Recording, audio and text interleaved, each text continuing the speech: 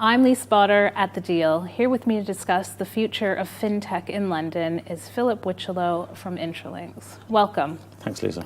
What makes the UK such an attractive hub for tech and fintech startups and more mature companies? Yes, thanks. Great question. So I've just finished moderating a panel this afternoon at The Deal's UK economy event, looking at what are the opportunities and challenges for fintech and tech companies, post-Brexit. I mean, my panelists really highlighted three sort of key ingredients, if you like, that are responsible for the success of the UK as a hub for both sort of tech startup companies, but also more mature companies. The first is, London is where the money is. So London is the sort of global financial capital of the world. It's where the majority of the money is based. That's invested in those companies, both in terms of venture capital funds and other types of investors. The second is that London is a fantastic place for drawing in talent, so human capital as well as financial capital. So London is a great place if you want to set up a business because you can have access to talent and sort of human talent from around the world, but also from the European Union. The sort of freedom of movement of people that are able to come to London and join those startup companies is a very important reason. The third is the fact that London is a great place if you want to do business outside of the UK as well as within the UK. Obviously, the UK is a big market, but it has access to a much bigger market, which is called the European Union, and also obviously beyond the European Union as well. So the ability to be based in London while at the same time selling products and services in a friction-free manner throughout the rest of the EU and the world is a very important consideration for companies who wish to sort of set up business here.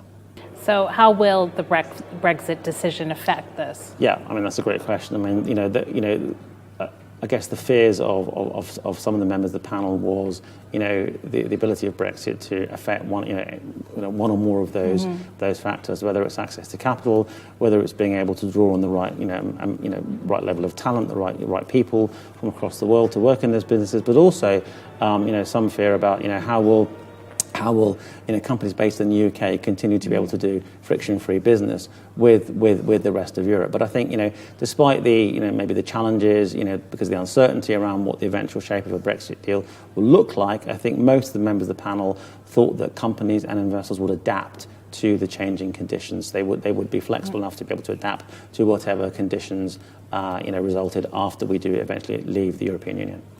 And what kind of activity are you seeing in terms of M&A deals so far this year?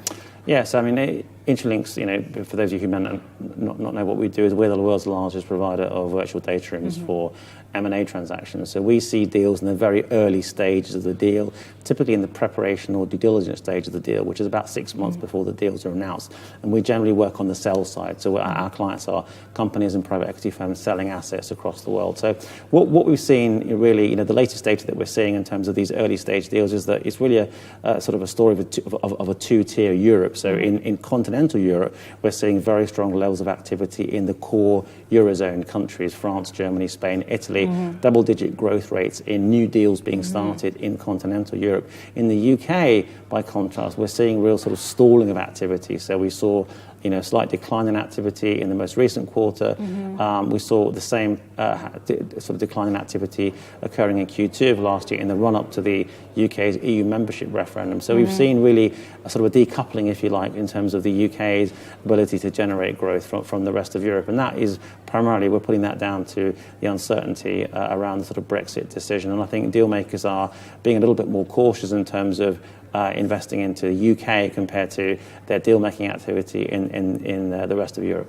And this year's data, is that not consistent with previous years then? Was the UK usually the leader? So sort of, prior to 2016, the UK was sort of growing pretty much, along the same rate of growth as the rest of Europe. But we have seen, like I say, we've seen this decoupling happening in 2016, quite a lot of volatility in 2016 in terms of the quarter-to-quarter data, and definitely, a slower rate of growth or even negative or flat growth in the UK compared to those core sort of European Eurozone countries.